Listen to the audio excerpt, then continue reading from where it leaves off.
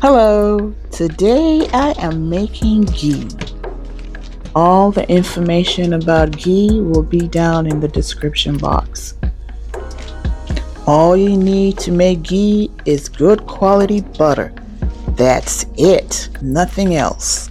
Put all your butter inside your pan and put it on very low heat. Making ghee is patience. And once you put it on low heat, that's it. And you can go do whatever you want to do, but you got to come check on it. So basically, what we're trying to do here is remove water and the milk solids from the butter. And what we're going to be left with is pure fat. And this fat we can use to cook, fry, saute, do anything we want to do. You don't have to scoop out the foam like I'm doing here. I'm just used to doing it, and I also wanted to show you what the foam looks like. As the butter gently melts, foam is going to come to the top. Those are the things that you want to remove from your butter. You can just leave it as it is. You don't have to do anything. You don't need to scoop the foam off, just leave it alone.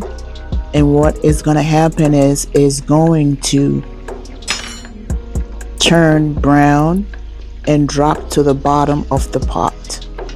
Now, when it drops to the bottom of the pot, do not stir. First of all, do not stir your ghee, just leave it alone.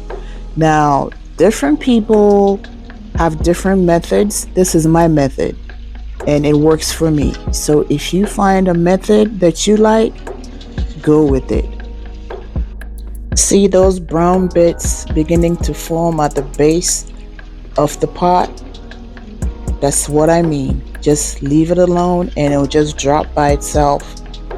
And as it browns, it's going to start smelling like cookies. This is the texture of the foam that I removed. When everything at the bottom of the pot becomes brown, the cookie smell is going to be stronger. Your ghee is done. Let it cool a little bit and strain and put it in jars. It does not need to be refrigerated, but you can refrigerate it. And there you have it. Until next time, bon appetit!